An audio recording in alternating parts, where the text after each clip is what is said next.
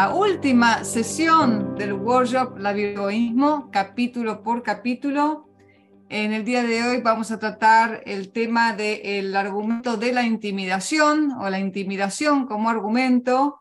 El último capítulo justamente de Virtud del Egoísmo, escrito por Nathaniel Branden, y en el cual después de todos los capítulos que fuimos leyendo durante todo el libro, creo que es un muy buen capítulo para cuando querramos defender nuestras ideas o cuando tengamos un debate, ya sea con amigos, con familia, con políticos, si alguno está también en la carrera política, que sepan un poco cómo encarar cuando alguien usa justamente la intimidación como argumento.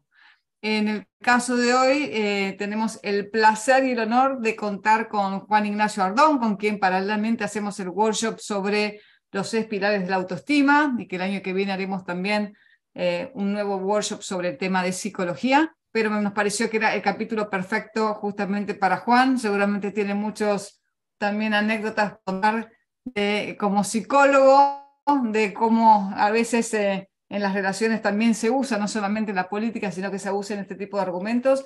Así que bueno, gracias a todos por estar aquí. Ya al final de la reunión de hoy les vamos a contar cómo vamos a proseguir con el quiz que habíamos quedado en hacer, pero por ahora le dejo la palabra a Juan. Muchísimas gracias por acompañarnos y por ofrecerte a dictar este capítulo. Hola María, gracias a ti. Buenas tardes a todos, ¿cómo están? Qué bueno, no, al contrario, yo estoy muy agradecido por poder compartir y que trabajemos juntos este capítulo y yo poder presentarlos. Voy a compartir pantalla. Denme un ¿Cómo no? segundo. A ver. Gracias. Una pequeña presentación que nos sirva de guía.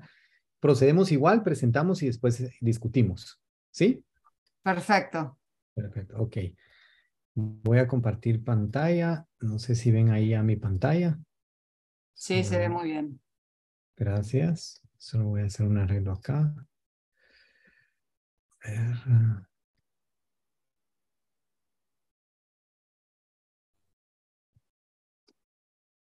Bueno, José Antonio dice, no veo. José, ¿todos ven bien en la pantalla? Hagan un... sí, manifiestan que sí. Dice que se ve bien. Bueno, entonces adelante, Juan. Bueno, gracias María. Bueno, bienvenidos todos. Vamos a trabajar y tengo el honor de trabajar este último capítulo, como yo les había contado, o les repito, en el ámbito de la psicología o en el ámbito de los libros de Rand de filosofía. Este es mi libro favorito y este capítulo es un capítulo que me parece extraordinario y me parece muy importante trabajarlo y profundizarlo porque es un capítulo del ámbito de la política, ¿no? Cuando estamos discutiendo, cuando estamos argumentando ideas y aparece este argumento a la intimidación o la intimidación como argumento que a veces no es fácil identificar. Rand nos presenta en la primera parte una diferenciación que yo creo que es importante que la hagamos entre la falacia ad hominem y la falacia de argumento de intimidación, que lo es también es una falacia. ¿Por qué es una falacia? Porque justamente es una evasión de la lógica. Recuerden que la falacia es un error de pensamiento, es un proceso de pensamiento que carece de lógica y entonces, pero que parece válido. ¿Verdad? Por eso a veces las falacias son difíciles de identificar. Y esta es difícil de identificar porque no solo en su razonamiento puede parecer válido, sino que también tiene una connotación psicológica o una connotación emocional que hace que funcione muy bien. Y que si uno ya hablaré más adelante de eso, de cuando uno lo ignora, ¿qué puede pasar? Entonces recuerden que la falacia ad hominem es intentar refutar un argumento impugnando la persona de quien lo presenta. Por ejemplo, el candidato X es inmoral y en consecuencia su argumento es falso. Por ejemplo, si ustedes se recuerdan, en la comunicación hay 6 elementos fundamentales. De esos 6 elementos, los dos primeros son el emisor y el receptor. La falacia ad hominem es cuando nosotros atacamos al emisor, a quien está enviando el mensaje. Nosotros atacamos a la persona, no su argumento, sino atacamos a la persona. Y van a ver qué interesante que la falacia de argumento de la intimidación es atacar al receptor. De hecho, este consiste en amenazar con impugnar la personalidad del oponente mediante su propio argumento, desacreditando así el argumento mismo sin debate alguno. Ya no ataco yo al candidato X es inmoral, sino que solo los inmorales pueden no ver que el argumento del candidato X es falso. Si ustedes ven, estoy atacando al receptor y haciendo que el receptor se intimide. De ahí viene intimidación, es decir, que está queriendo opinar o está queriendo identificar si el argumento tal o si la idea tal o si el juicio tal es verdadero o no, y rápidamente se le hace sentir mal haciéndole esta habilidosa manipulación que lo termina, que termina en dudar de sí mismo. Ya hablaremos de eso. Les voy a dar un ejemplo muy sencillo. A veces esta intimidación aparece no tan obvia, ¿no? A veces aparece de una manera muy sutil, algo y que es difícil de diferenciar. Yo lo he visto en muchos ámbitos clínicos, como María decía, y en ámbitos también entre padres e hijos. Por ejemplo, si yo voy a traer un día a mi hija al colegio o a la escuela y ella se sube al auto y me dice y me hace la siguiente pregunta. Esto nunca ha pasado, pero podría ocurrir. Me hace la pregunta y me dice, papá, ¿por qué el papá o el padre de tal amiga tiene helicóptero y tú no tienes helicóptero? ¿No? Entonces yo puedo empezar con, obviamente esa es una pregunta, si nosotros somos racionales, que abre un camino enorme para indagar y profundizar en muchos temas muy valiosos. Pero yo soy una persona que carece de habilidad intelectual, no tengo idea de la respuesta y lo que hago es primero una falacia ad hominem. La falacia ad hominem es que yo le diga a ella, mira, miren qué sutil, yo le diga a ella, mira, tú, ¿quién vino a recoger a tu amiga al colegio? Ah, pues vinieron sus choferes. Ok. Entonces, ¿tú prefieres tener papá o prefieres tener helicóptero? Entonces le hago sentir que, si ustedes se dan sutilmente, yo ataco al papá. No puedes ser papá y tener helicóptero al mismo tiempo. Tienes que ser alguien, un papá terrible para poder, o eres un buen papá si no tienes helicóptero. Esa es una falacia, ¿no? Pero estoy atacándolo a él. Ahora la falacia de la intimidación es que yo le diga a ella, solo una hija malagradecida o una hija materialista hace semejante pregunta o le interesa más ese tipo de cuestiones. Entonces, lo que hago es atacar a su persona y eso provoca que ella se intimide, ¿no? Entonces, la intimidación como argumento se usa de forma de ultimátum que demanda a la víctima que renuncie a una idea dada sin discusión ante la amenaza de que se considera moralmente indigna. ¿Verdad? Como Rand nos presenta en el capítulo, ¿no? Dice, el patrón es siempre el mismo. Únicamente los malvados, deshonestos, despiadados, insensibles, ignorantes pueden tener una idea así. Yo recuerdo una vez hace muchos años, presentaba en un programa de radio, hablábamos de la legalización de las drogas, y yo intentaba explicar argumentos no tanto políticos, pero sino psicológicos de por qué era importante empezar a pensar en la posibilidad de legalizar las drogas en mi país, en Guatemala o en general.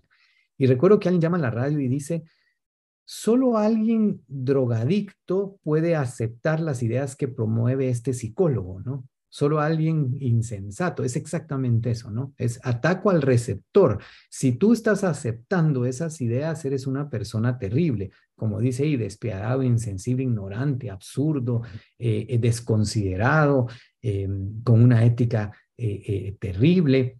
Y entonces esto genera algo muy, muy importante que quiero yo subrayar, y es el efecto psicológico que provoca esto, porque esta característica esencial del argumento de intimidación es su apelación a la falta de confianza moral en uno mismo. Lo que hace este argumento a la intimidación es que uno se genera inmediatamente un juicio de valor a uno mismo que se pone en duda. Y ahí es donde empezamos a sospechar, imagínense, hay un ataque inmediato a la autoestima, es el juicio de valor que uno tiene sobre uno mismo y entonces genera una emoción de miedo, de ansiedad o culpa inmerecida como respuesta. Entonces el juicio que genera, que inmediatamente invita a la mente es, estoy diciendo algo malo, o soy una persona mala, o inapropiado, o cómo se te ocurre, o solo alguien absurdo piensa de esa manera, y entonces uno siente una emoción como respuesta que lo termina uno paralizando, o que lo termina uno haciendo saliéndose de la discusión, ¿no? Entonces, este efecto psicológico es muy importante porque vamos a ver al final lo que propone Rand, que supongo que ya lo leyeron ustedes, lo que propone como el único antídoto para afrontar este argumento de la intimidación, que también hace que el efecto psicológico no cobre vida. Ella nos pone dos ejemplos muy valiosos que yo quise agrupárselos acá, juntárselos, dos ejemplos ilustrativos, ¿no? Un poco el ejemplo ficticio de la vestimenta de este emperador, ¿no? La historia del emperador, que la vestimenta, él estaba desnudo, ¿no? Y le hicieron creer que solo aquellos que eran moralmente impecables podían ver que estaba esa vestimenta. Entonces el desnudo caminaba por las calles y la vestimenta es invisible para quienes son moralmente depravados. Entonces todos los receptores entraban en duda de sí mismos y decían, bueno, yo no veo que esté vestido el emperador, pero seguro me van a descubrir. Si digo algo, descubrirán que soy un inmoral. Y así ocurre un engaño terrible, que esto suena ficticio, pero puede llegar a niveles, como hemos hablado, políticos enormes, ¿no? O lo que pasa en el arte moderno, ¿no? Solo un insensible no puede valorar la profundidad del arte moderno, ¿no? Uno ve unas rayas, una pintura que carece de significado alguno, pero uno dice, bueno, yo no veo nada ahí tan valioso, veo unas rayas o etcétera, y dicen, es que solo alguien terrible no puede encontrar la profundidad y el valioso mensaje que el autor quiso poner en esta obra de arte. Y hasta si uno es intelectualmente hábil, fácilmente hábil, hasta puede hacer sentir mal de una manera bastante fácil, ¿no? Como si me dijese un paciente un momento dado ya defraudado de sus procesos terapéuticos porque yo no genero un buen servicio, me dice voy a dejar la terapia. Entonces yo le digo, solo alguien en el cual su represión está gobernando su vida y que está dispuesto a la destrucción puede finalizar un proceso a medio proceder. Pucha, imagínense esos términos. Esa persona dice, debo ser alguien terrible para querer dejar una terapia maravillosa, o decirle que hay personas que sí aprovechan eh, las terapias tan maravillosas como las que yo genero. Entonces, este argumento de la intimidación es en el ámbito social, ¿no? Como hemos hablado, y tiene una fuente psicológica que Rand menciona y subraya de una manera muy precisa, ¿no? Vean acá, si ustedes ven es cuando estamos en diálogo y entonces se basa en que, no en lo que dice la persona, sino en cómo lo dice. Por eso a veces uno debe recomendar, no se enfoque en lo que está diciendo, perdón, no, enfóquese en lo que está diciendo, no en cómo lo está diciendo, pero aquí porque lo que está diciendo generalmente carece de sustancia o carece de lógica, entonces el énfasis en cómo se dice para provocar una intimidación, no en el contenido, sino en el tono de la voz, ¿no? El tono de la voz es muy importante, hacer un tono o una forma de hablar como que qué increíble que alguien pueda tener, pueda considerar eso como un argumento válido, ¿no? Como diciendo, eres una persona terrible si aceptas eso como válido. O como yo he escuchado, les puedo dar ejemplos en el ámbito, por ejemplo, de la clínica, cuando he escuchado cosas como solo un inmoral puede ser ateo, ¿no? ¿Verdad? Solo un inmoral puede ser, o solo alguien terrible puede creerle o creer recomendaciones de un ateo. Entonces el que está oyendo eso dice, sí es cierto, yo sí creo en recomendaciones de un ateo, soy alguien terrible, ¿no? O solo un drogadicto puede apoyar la legalización de las drogas, como yo les decía. Entonces, indirectas y vibraciones emocionales de desaprobación. La fuente psicológica es la metafísica social. Yo la metafísica social la he entendido, eh, es como que piensen ustedes como que ponen el aspecto social como primera instancia de fuente de conocimiento, ¿no? Es como, acuérdense que el orden, quienes están familiarizados con el sistema filosófico y sus diferentes áreas, la metafísica, la epistemología, la ética, la política y la estética, ese orden no es aleatorio. Es como que nosotros quisiéramos poner de primero la política por encima de la metafísica. Como decían, los hechos no importa. El señalamiento a la verdad no importa. Lo que importa es la aprobación o desaprobación de quienes están oyéndome y quienes están escuchando, ¿no? Entonces se hace una relación entre la realidad y las otras conciencias, perdón, como que con la metafísica y lo social. Lo verdadero es lo que decimos, o yo voy a estar bien si yo hago una aseveración que aprueben. De hecho, un metafísico social es aquel, recuerden en la lectura, que considera la conciencia de otros hombres superior a la propia y a los hechos de la realidad. Por eso es que se genera una vulnerabilidad. De hecho, nosotros crecemos, muchos de nosotros crecemos en un ámbito en donde lo importante no son los hechos. Solo con el hecho indirecto de que crecemos bajo procesos, por ejemplo, bajo creencias místicas todo el tiempo, lo que estamos ponderando es no importa lo que los juicios de tu mente, no importa lo que observes en la realidad, sino lo que importa es lo que dicen otros que creas. En ese momento, psicológicamente, indirectamente está uno poniendo a la gente como referente de la realidad o por encima de la realidad. Entonces, para un metafísico social, la aprobación moral de sí mismo por parte de los demás tiene importancia primordial y reemplaza a la verdad, los hechos, la razón y la lógica.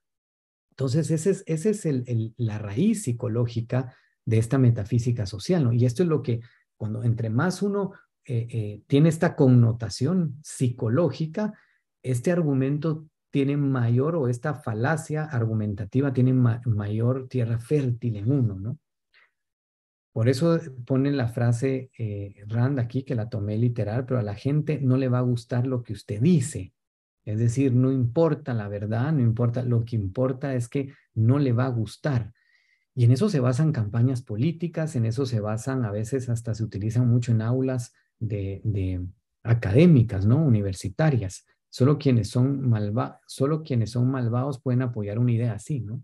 A veces a un estudiante que cuestiona una idea o está preguntando, ¿no? Sobre, aquí Rand nos pone muchísimos ejemplos que podemos profundizar a la hora de la discusión, pero es intimidar a un estudiante haciéndole sentir absurdo porque considere algo como posible, cuestione algo o promueva algo, y solo el hecho de promoverlo ya es absurdo, sin profundizar en los argumentos o en los hechos de la realidad. O en la política, solo un inmoral puede no ver que el argumento del candidato X es falso, como habíamos hablado, ¿no? Es decir, solo decirle a alguien que solo el hecho de considere esta idea es algo terrible. Y ustedes que han aprendido y han sobre todo profundizado en esta obra maravillosa que es la virtud del egoísmo, una persona que considera el egoísmo como una virtud, ya de entrada suelen decirle o intimidar con un argumento falaz como este, porque solo alguien terrible puede creer que Rand tenía razón o que el objetivismo es una filosofía para vivir mejor en esta tierra. ¿Por qué? Porque no considera, por ejemplo, a Dios como el centro del universo, o no considera a los otros, porque el altruismo es otro mecanismo que pone a los otros como primordiales en la vida y entonces promueve la metafísica social. Ese es en el área ética, ¿no? En el área epistemológica yo diría el misticismo y en el área ética el altruismo. Los otros son lo importante. Entonces, el medidor de mis acciones son los otros. Entonces, si algo digo que puede ofender a los otros, que me hacen sentir que soy malvado para los otros, corre tierra fértil en mí. Entonces, ¿cuál es el riesgo de no conocer? Por eso es tan importante conocer este concepto. Dado que las personas psicológicamente sanas desconocen este tipo de error, el argumento y la intimidación puede tomarlas por sorpresa, justamente a causa de su inocencia. Es decir, cuando uno a veces no sabe, puede uno tener una autoestima fuerte, uno considerarse que su mente razona correctamente, pero es tan de pronto tan imponente y lo toma por sorpresa que uno sabe perfectamente que no tiene uno la razón automáticamente, ¿no? Un ser racional sabe que su razón no funciona correctamente automáticamente. Y entonces a veces puede tener momentos de duda. Y de esos momentos de duda se aprovecha esta intimidación, ¿no? De esos momentos donde uno dice, bueno, puede ser que algo no está claro en mi razonamiento y entonces existe la duda. Pero el objetivo no es aclarar el razonamiento. El objetivo es intimidar al sujeto que puede cuestionar algunas ideas o algunos argumentos o juicios que nos interesa que no cuestione, o privilegios también, ¿no? Le otorgan el beneficio de la duda y quedan sumidas a un estado de confusión. De esta manera el metafísico social puede engañar. Es decir, se queda uno en un estado como agridulce. No sé si entienden ese término, ¿no? Uno dice, bueno, sí, mi argumento yo sé que es bueno, pero tal vez no, tal vez me estoy equivocando, tengo que revisar. Y ocurre lo que quieren que ocurra, que es una parálisis argumentativa. Uno cede la postura, ¿de acuerdo? Entonces, Rand propone al final del capítulo, esta parte es maravillosa, yo insisto, solo Rand puede hacer esto, solo el objetivismo es un sistema filosófico que permite en su coherencia llegar a esta certeza, porque por eso les hago yo énfasis entre el orden que están las áreas divididas, no es su orden, no es inocuo, no es al azar. Siempre es lo más importante es la metafísica. Ahí empieza todo, después la epistemología, mi proceso de razonamiento apegado a la realidad, y después viene la ética, y después la política, es decir, entre la política y la epistemología, el puente es la ética. Por eso ella insiste que solo hay un arma, que es la certeza moral. La única preocupación y el criterio exclusivo de juicio deben ser la verdad o la mentira, no la aprobación o la desaprobación de otra persona. De hecho, uno está condenado a esto y puede ser víctima de esto si uno lo que considera es no como parámetro la realidad y lo cierto o lo verdadero o lo falso, sino la aprobación de alguien. Entonces, por sobre todo la no aprobación de aquellos cuyos criterios son opuestos a los que uno sostiene. Es obligatorio presentar el juicio moral cuando y dónde sea apropiado hacerlo. Recuerden que esto ustedes también lo vieron en el capítulo de cómo se puede vivir, cómo puede ser una persona racional o vivir un racional en una sociedad irracional. Y la propuesta que daba Rand es emitir cuando sean obviamente contextualmente apropiado el juicio moral siempre, estar en esa postura. Y que a veces cuando uno no está o no lo puede decir, no puede argumentar, uno dice no estoy de acuerdo con ello. Suprimir tal juicio es un acto de cobardía moral, pero el juicio moral debe siempre seguir, no proceder o reemplazar a las razones en las que se basa. Es decir, la propuesta es, y aquí nos regresamos a la parte epistemológica y la parte epistemológica nos lleva otra vez a la parte metafísica. Es decir, siempre debo saber que la ética debe estar respaldada con un proceso de razonamiento impecable que se base en los hechos de la realidad. Entonces, solo una persona que tiene la certeza moral y que sabe que la tiene, ¿no? Por eso dice Rand acá para terminar, en cuestiones morales e intelectuales no basta con estar en lo cierto, es preciso saber que uno está en lo cierto.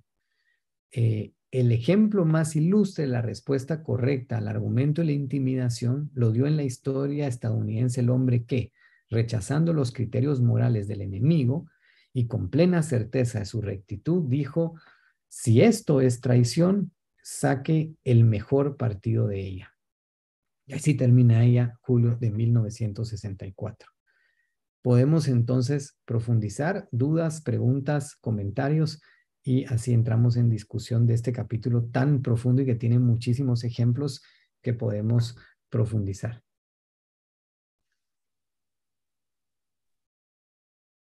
Muchísimas gracias, Juan. Es cortito el capítulo, pero súper contundente.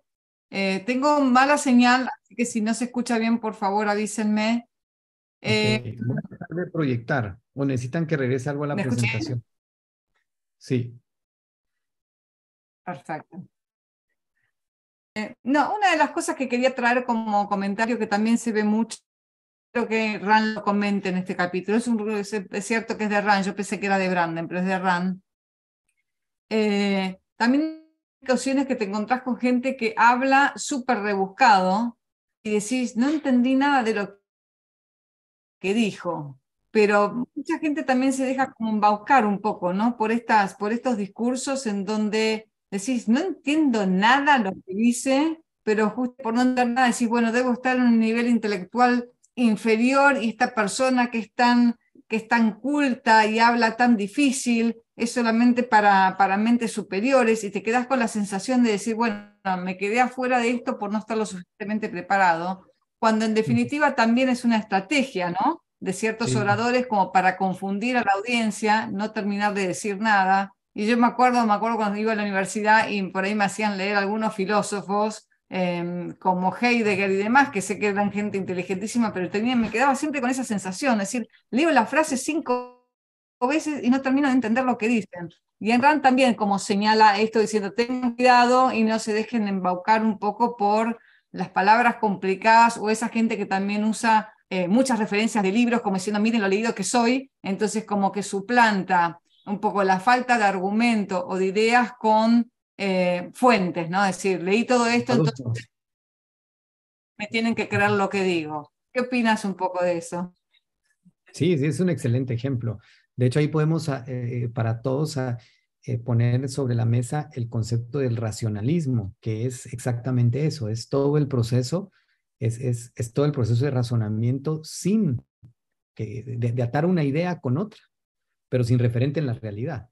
Entonces, eso genera justamente ese efecto psicológico que es tan impresionante porque hay gente tan habilidosa. De hecho, el argumento de la intimidación es un argumento que es un arma mucho más fuerte en personas habilidosas intelectualmente y que tienen buena memoria y que recurren a citas, libros, y entonces uno mismo no tiene ni siquiera que, porque el ejemplo que está dando María es un ejemplo muy sutil, no tienen ni siquiera que decir, si no me entiendes, eres porque eres una persona que carece de desarrollo intelectual o un ignorante, no tienen ni que decirlo, sino que hablan de tal manera que uno mismo dice, wow, después yo no entiendo nada, pero debe ser un genio y yo un simple mortal, ¿no? Entonces ya no puedo entrar en discusión o se paraliza, que ese es el objetivo, ¿no? Es paralizar al sujeto mentalmente, intelectualmente. Sí, totalmente. Y eso lo vemos en muchos ámbitos, sobre todo en la En muchos, política, ¿no? Eso sí, sí. sí, sí, de muchos ámbitos. De hecho, recuerdo que me dijo a mí una vez una paciente que le dice, que llegó con el papá y le dijo, papá, yo quiero creo que voy a tener que divorciarme porque está pasando, mi marido está teniendo esta relación con esta mujer y lleva ya años teniendo esta amante y entonces yo ya no quiero esto, además hay un problema, me trata mal, etcétera. Le dio razones bastante válidas de por qué una separación podría ser probable. Y él le dice, solo una mujer que está dispuesta a abandonar a sus hijos y casi le dijo prostituirse, optaría por lo que tú estás haciendo. No, entonces ella inmediatamente dicen, si mi padre me lo dice, debo ser una malévola, ¿no? Ni siquiera se enfocó en defenderlo a él, ¿verdad? Él le dijo claramente, solo una perversa haría lo que está haciendo, una mala madre. Entonces ella obviamente se desinfló y dijo, bueno, tengo que ver si realmente estoy en lo correcto, buscaré ayuda. Eh, ¿No? Eh, Claro, pero no ah, es, sí, sí, sí, pero dice, ni siquiera es tomar en cuenta el argumento de ella, sino simplemente como lo estás diciendo vos, ya el argumento ni vale la pena ni discutirse. ¿No? Acá, creo que acá exacto. en el primer caso de Adominen, porque es difícil a veces como ver bien la diferencia, vos lo explicaste muy bien, es en el primer caso, que sería Adominen, la inmoralidad del candidato X se ofrece como prueba de la falsedad del argumento, es decir, como tal persona es inmoral, necesariamente su argumento es inmoral. En el segundo caso, que es la intimidación, la falsedad del argumento se afirma en forma arbitraria y se ofrece prueba. Es decir, la drogas por sí está mal, es un desastre y demás, con lo cual quien lo dice tiene que ser necesariamente inmoral. Es Sí, sutil, pero incluso te diría que es más poderoso que la dominen. sí, porque es más poderoso porque está atacando, como yo insisto, ataca al receptor.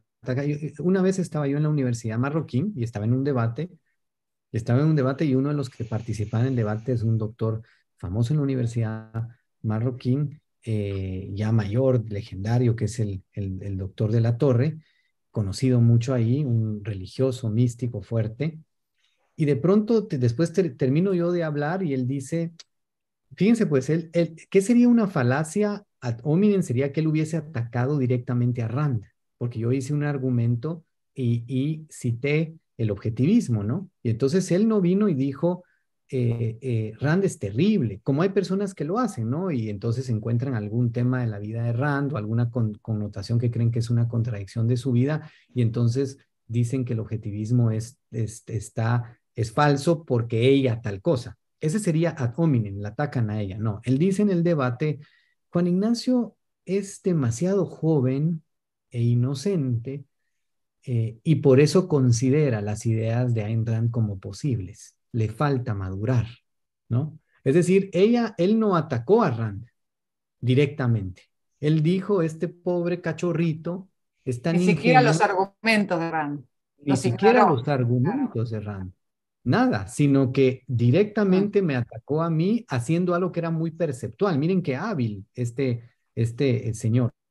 Ni siquiera, incluso, y ataca hasta, genera lo que era perceptible, era un señor mayor, imagínense yo, joven, hace 10 años, contra un fulano de 80 años o 70 años, sabio, dinosaurio de la universidad, diciendo, este pobre cachorrito no sabe lo que dice porque es jovencito, ¿no? Y considera las ideas de... Pero ya crecerá y se dará cuenta que es falso lo que esta mujer pronuncia. Ven qué terrible.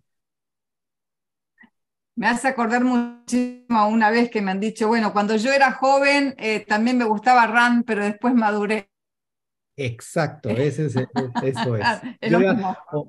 O como una vez también me dijo, una vez una psicóloga mayor, y me dice, vean qué interesante, y me dice directamente, me dice, yo le explico algo de Rand y entramos al tema del misticismo, y me dice, yo también pasé por esa etapa, te comprendo. Pero ¿No? esa es Sí, una ad hominem, ¿o no? esa ahí es un abdomen. También el del profesor de la Torre cuando apeló a tus características de ser joven e inmaduro, ¿o no? No, porque él está describiendo, él no está atacando a mi referente. Digamos, él no está atacando, no está tratando de destruir a Rand, sino que la deja intacta. Lo que hace es intenta destruir mi argumento o lo que estoy planteando, destruyendo a alguien que posiblemente la sigue a ella. Entonces, por eso se tiende a confundir. Él trata de Al intimidar receptor. al receptor, exactamente. Exactamente. Es Sí, ad sí, hominem igual es cuando. ahí, Ajá. perdón, adelante. No, María, adelante, por favor.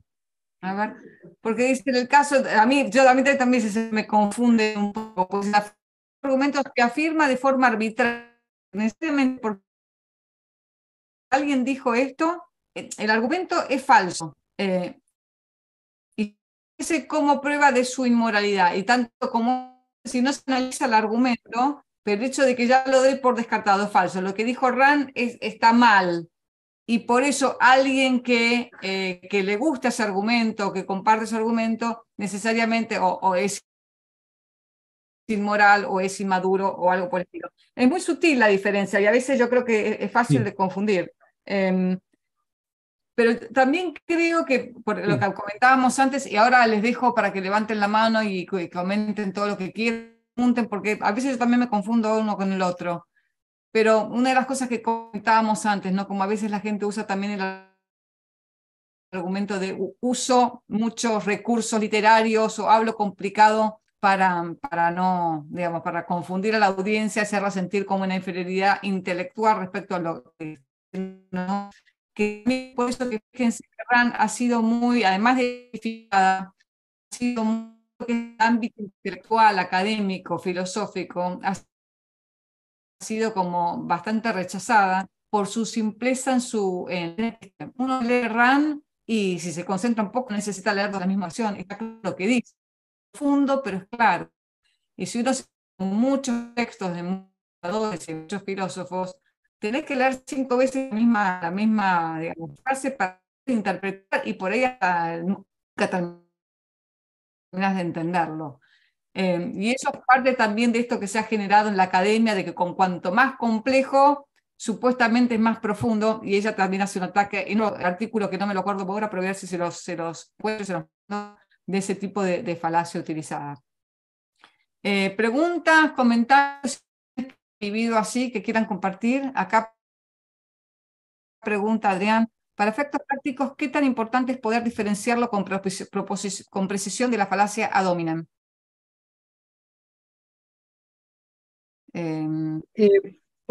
Podría parecer no tan relevante. Yo creo que es relevante para el efecto psicológico porque, por ejemplo, yo puedo si yo identifico que me está atacando sutilmente a mí, bajo que yo siga el objetivismo, porque me voy psicológicamente va a tener mayor efecto. Digamos, tal vez, Adrián, intelectualmente o didácticamente podemos no ser tan rigurosos, pero yo creo que en el ámbito psicológico sí genera sí hay que conocerlo. Tal vez la diferenciación, como tú dices, no es tan relevante, pero sí conocer mucho el argumento de intimidación, porque, por ejemplo, en este caso que les doy, no está atacando directamente a la autora, no está atacando a las ideas. Entonces, una falacia ad hominem uno se da cuenta relativamente fácil.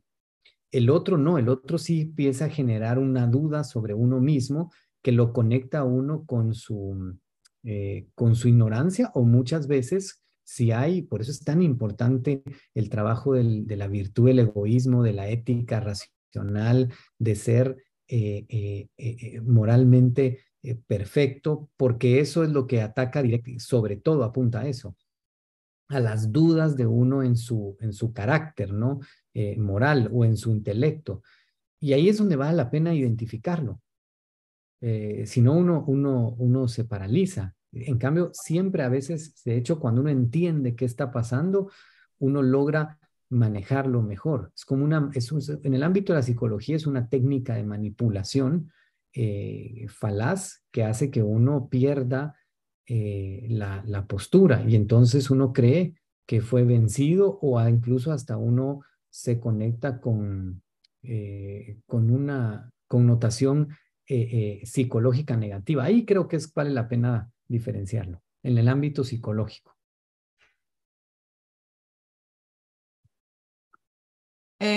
Me gustaría hacer acá, por ahí, perdón, ¿no? Porque yo también leí el capítulo y dije, lo entendí, después me empiezan a agarrar dudas.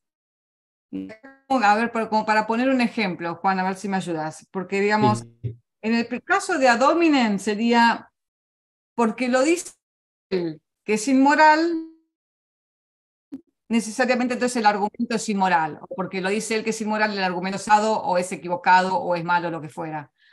Un ejemplo como al revés, bueno, es porque Hitler dijo que A es A, entonces necesariamente el argumento es equivocado, sin uno ponerse a pensar si es el argumento. Es decir, de alguna manera le estamos poniendo la característica de la persona, de cómo jugamos la persona, al argumento. Ese sería la ad hominem. Ahora, la intimidación es porque uno sostiene esto sin cuestionar el argumento, porque uno sostiene que A es A sin preguntar, entonces uno es inmoral. Es decir, lo que se está cuestionando ahí no es la persona, como es la persona refleja digamos, su característica, sino por el hecho de uno sostener eso, es inmoral. Entonces no se analiza el argumento, sino simplemente que uno lo sostenga. Porque decís que la legalización de las drogas es algo bueno, o porque decís que la realidad existe, entonces no deja ningún lugar a poder discutir el argumento. Es decir, ya de alguna manera no hay más que discutir. En los casos que tendrás que poner a defenderte es oral o no. No sé, te genera una confusión bastante importante. Perdón, yo no lo tengo claro, pero... Es que no es tan difícil la diferenciación. El ataque, digamos, el ad hominem el ad hominem es a quien emite el argumento, es un ataque. Por eso es que también es más fácil de defenderse. Porque, por ejemplo, si este doctor ataca a Ayn Rand y las ideas, yo estoy prácticamente entero, incluso hasta puedo alimentarme, porque está atacando a una persona que valoro mucho, ¿no? Y entonces puedo estar más preparado. y hasta puedo identificar y decirle, doctor, usted está utilizando una falacia ad hominem. Mejor argumente, ¿no? Argumente y diga qué es lo que usted cree que en el objetivismo es absurdo. Este es un ataque a la persona que pueda considerar verdadera esa idea. Entonces, psicológicamente es muy poderoso.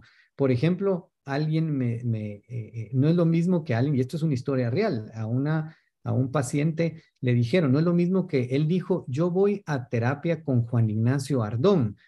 No le dijeron Juan Ignacio Ardón es terrible, sino que le dijeron ala, ala puchica, ala puchis, como dicen en Guatemala, es una expresión muy usada acá. Tú debes de ser alguien que no te importe la familia para ir con él. ¿No? Es decir, ¿por qué? Porque hay personas que en mi ámbito psicológico se han divorciado, ¿no? Como resolución psicológica, sin tomar en cuenta que otros no. Pero a mí no me atacó, si ustedes se dan cuenta, no atacó al psicólogo. ¿A quién atacó? Al paciente malévolo que puede ir con alguien como él. Indirectamente atacó al psicólogo. Pero entonces esa persona me dijo, ¿por qué lo sé? Porque me dijo, no me pude defender, me quedé como, y hasta me dijo, qué pena, usted le importa a la familia. Es decir, generó su cometido, ¿no? Como ponerlo en duda que hay algo de esa persona que no desconozco. Por ejemplo, yo puedo tener duda, es una duda razonable que yo considere que no conozco el objetivismo plenamente. Entonces no ataque el objetivismo, sino dice como que no has profundizado enormemente en el objetivismo, porque si lo hubieses hecho te darías cuenta las falacias que posee. Entonces, si yo soy un estudioso del objetivismo, digo, bueno, sí, tal vez me falta, ¿no? ¿Verdad? Entonces, ¿a quién atacó? No atacó al objetivismo como tal, ni a Ayn Rand, sino me atacó a mí como una posible, como alguien ignorante que me falta, etcétera. ¿Ven la diferencia? Entonces, psicológicamente es muy poderoso, porque es una reacción, es un ataque directo al yo, a la mente de uno, a la moral de uno. Por eso es que Rand tiene toda la razón cuando dice que la única arma es que uno esté apegado a los hechos de la realidad. Y fíjense, les voy a dar un ejemplo. Yo sí sé que no conozco, a pesar de que sé que puedo no conocer todo el objetivismo a la perfección, no me va a intimidar ese argumento porque puedo saber que los errores del objetivismo no están determinados por lo que dice él. ¿Me comprenden? Este sujeto que está hablando, sino que uno puede decir, bueno, por lo que he visto y conozco, por ahora lo que sé es verdadero, entonces no me intimida, averiguaré el resto, pero es mi razón y los hechos de la realidad los que van a diferenciar, hacer esa diferenciación. ¿Me comprenden? Sí, como les conté una vez también que me dijo una persona, me dijo, de hecho pariente mío, un primo mío, me dice, me he enterado que te está yendo muy bien en la clínica. A veces ustedes diferencian cuál como ejercicio, cuál utilizó ahí. Y entonces dijo, qué bonito que te paguen por platicar, ¿no? Y de hecho suma, verá, esta gente que te paga solo por ir a descargar su frustración. Qué bonito trabajo, ¿verdad? ¿Qué atacó ahí?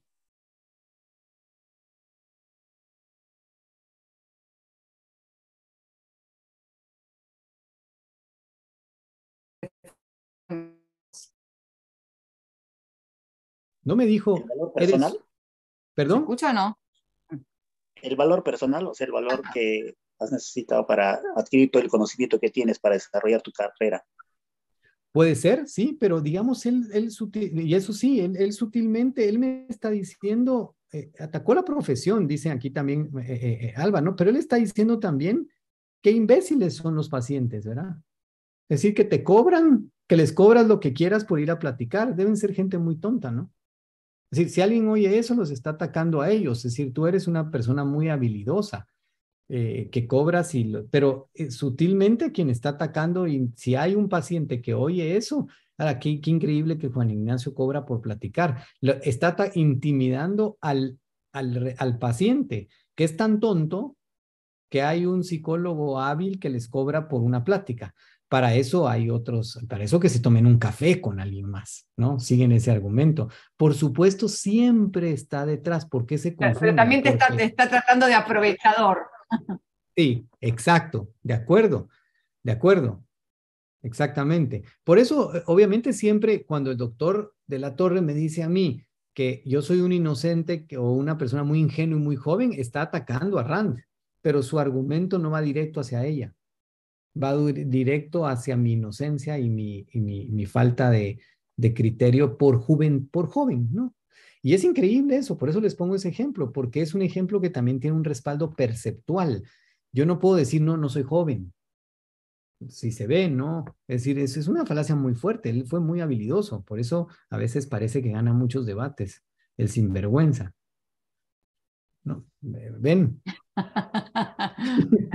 No, no el argumento, sino sí, usa una característica que es real y ya con eso te deja como sin Es como que, herramientas. como te diga eso, como que a este sí es ad hominem, que diga, tú no entiendes porque eres mujer, lo que digo, ¿verdad? Mm, mm. ¿Qué le darías a aquellas personas? Porque, digamos, cuando uno entra en un debate no necesariamente tiene todos los argumentos. Entonces, puede ser que uno pueda dudar de, cuando te dicen eso, te intimidas. Entonces, cuando un debate por ahí no conoces todos los argumentos en profundidad, así, digamos, Perdón, cómo María, no se logramos captarte la manejar el idea. debate? No logro captar, no logro seguirte que te cortas. Escucha muy entrecortado. Sí. A ver si me escuchan ahora. La idea es alguien que se mete en debate sin estar completamente preparado o con todos los profundos y recibe como un ataque como este. ¿Cómo hace para defenderse? ¿Se escucha? De hecho, a mí me pregunta, de hecho está preguntando otra vez, Adrián pregunta, ¿cómo te defendiste en ese ataque de ser joven?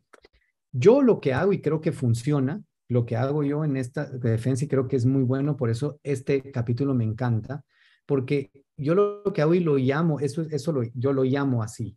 Tengo que revisar si es correcto, pero así lo he llamado. Es que uno dice lo que está haciendo la persona. Uno da en el debate o en la discusión, uno desenmascara el tipo de falacia sin tener que decir falacia. ¿No? Sin tener que decir eso es una falacia, porque a veces uno está en un ámbito social, pero si usted no está en un ámbito académico, lo puede decir. Pero yo en esa ocasión dije, cuando me tocó la palabra, dije, el doctor de la Torre, de hecho, por eso al final me recuerdo muy bien de eso, el doctor de la Torre está intentando apelar a mi juventud para invalidar mi argumento y sobre todo porque él parece bastante viejo, entonces uno cree que sabe más, pero la sabiduría no es. De hecho, ¿se acuerdan esa frase que dice que el diablo sabe más por viejo que por diablo? Yo diría que es al revés, el diablo sabe más por diablo que por viejo. Entonces, la vejez no implica, ni la juventud implica mayor o menor conocimiento. Le recomiendo que profundice sobre el objetivismo, porque se nota que no lo entiende absolutamente bien. Entonces, ¿qué hace uno? Uno interpreta lo que está diciendo ¡Caput! y Lo entonces mataste con eso. de hecho, hubo hasta bulla perdonen que presuma, pero hubo personas en el público y dijeron, así como diciendo este. Y yo después, vean, les cuento la anécdota rapidísimo, al salir del debate, porque es una figura importante en la universidad, yo un catedrático no de tantos años en ese entonces, me acerco y le digo, doctor, lamento que haya habido, y me responde, me dejaste perplejo. Entonces le dije, doctor, entonces no usemos el juego sucio. Entonces me dio la mano y se rió y entonces quedó bien, porque ese es juego sucio en la argumentación, ¿no? Eso es como cuando uno está codeando al, al, al, al, al, al futbolista ahora al mundial, ¿no? Le está codeando para quitarle para quitarle el balón, ¿no? O pescándolo, o jalándolo, es juego sucio. Entonces hay que hacerle ver el juego sucio. Sí, como Rand dijo, también es como alguien que pisa a alguien con el auto y sale, pero lo pisás y después salís y te escapás, porque en el fondo no te querés quedar a hacerte responsable, no querés quedarte, en este caso, argumentar lo importante que es el argumento, tratar de ver si el argumento es real o no. Exacto, exacto. Gerardo, adelante. Que en este caso del doctor de la Torre, para complicarlo un poco más, también puede haber ahí una falacia de la autoridad, ¿verdad, Juan Ignacio? Totalmente, totalmente. Tienen la falacia de la autoridad, exactamente. Él apela a su investidura de autoridad para que más... ahora no la utilizó directamente, ¿verdad? Porque la falacia de autoridad es uno lo que hace es apelar a un montón de conocimiento que uno posee. Yo con los años que llevo y con bueno, sí, la verdad es que tienes razón, Gerardo. Es decir, al Estaba profundizar. insinuada, sí. Sí, estaba insinuada, exacto. Sí, estaba insinuada, porque sí. Por eso es que uno no puede, por ejemplo, cuando uno argumenta, tampoco puede decir, ojo, tampoco uno puede decir porque lo dijo Ran es verdad. Uno tiene que tener cuidado. De hecho, había un concepto que Rand no estaba de acuerdo y me parece maravilloso. Yo cuando lo oigo de pronto, corríjanlo ustedes, porque cuando yo he oído eso en ámbitos de objetivismo, es que soy randiano, los randianos. Alguien que habla de randianismo no es objetivismo, porque justamente ella tampoco le daba comodidad a ese concepto, porque randianismo sería una expresión a ella, al culto hacia la persona, y no es un culto hacia Rand. Por eso no es válido el argumento porque lo dijo Rand, sino es una filosofía que ella estructuró, que es el objetivismo. Por eso uno se llama objetivista, es que sigue la filosofía promovida o escrita y descrita por Rand, pero uno no es randiano. ¿Ven la diferencia, no? Dos preguntas más aquí de Andrea. ¿Qué recursos tenemos? ¿Se escucha bien? Sí. Sí. ¿Qué recursos tenemos quienes hemos tenido padres donde la norma fue el ataque? ¿Cómo nos podemos fortalecer? Bueno, obviamente uno tiene que identificar, ya es importante hacer ese buen diagnóstico de que uno identifique, bueno, yo a veces puedo dudar, revisar qué consecuencias ha habido de eso, porque cuando uno tiene padres narcisistas o narcisos donde la norma fue el ataque, lo que uno vivió, lo que uno le pasa como repercusión psicológica es que duda muchísimo de sí mismo, hay un golpe en la autoestima.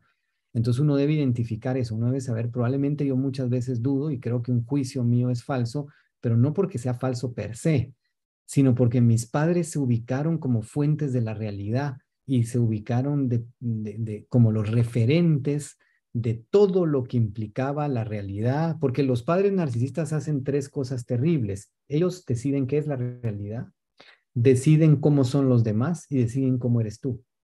Entonces uno tiene que quitarles ese poder, ¿verdad? Los otros son tal cosa y es así son.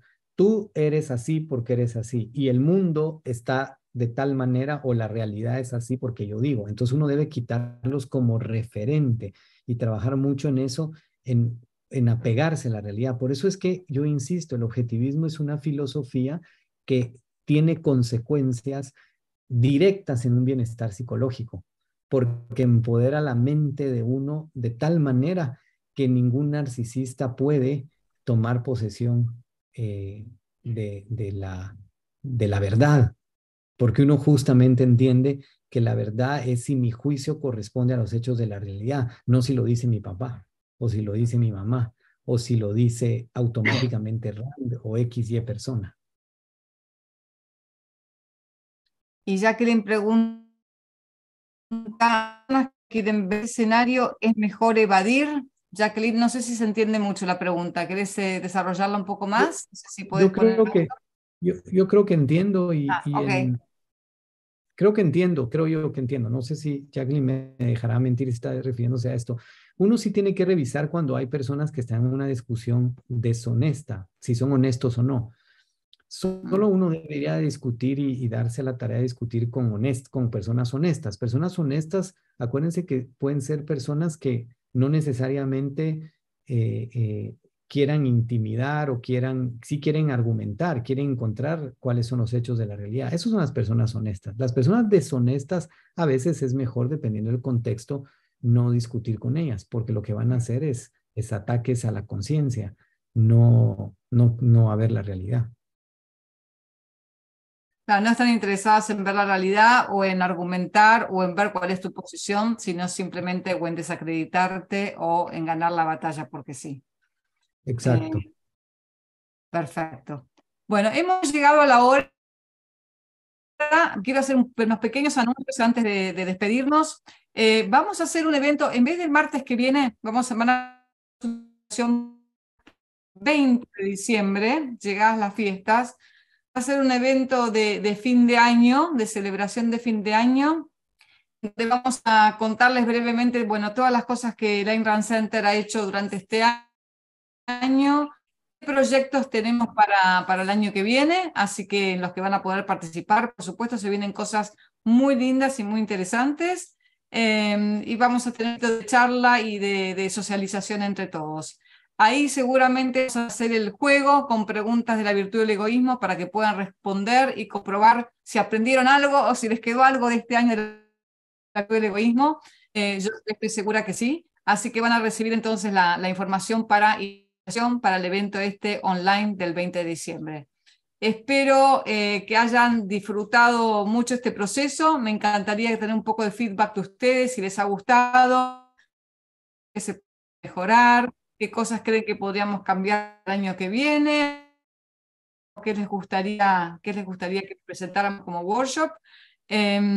Y bueno, y Juan, ya no sé qué decirte porque cada vez ya agradecimientos por todo tu apoyo, no solamente con la virtud del egoísmo, que creo que es el tercer capítulo que exponés, Sí, si no me equivoco, o el sí, gracias. segundo, ya perdí la cuenta.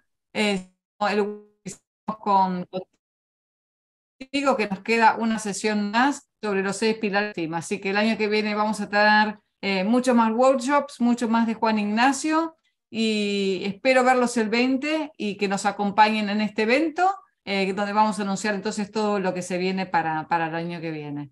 Así que, Juan, de nuevo, gracias a todos por acompañarnos y nos vemos el 20. Gracias, María. Sí. Gracias por todo. Muchas gracias, María. Un placer. Les vamos a mandar los diplomas también. Gracias, María.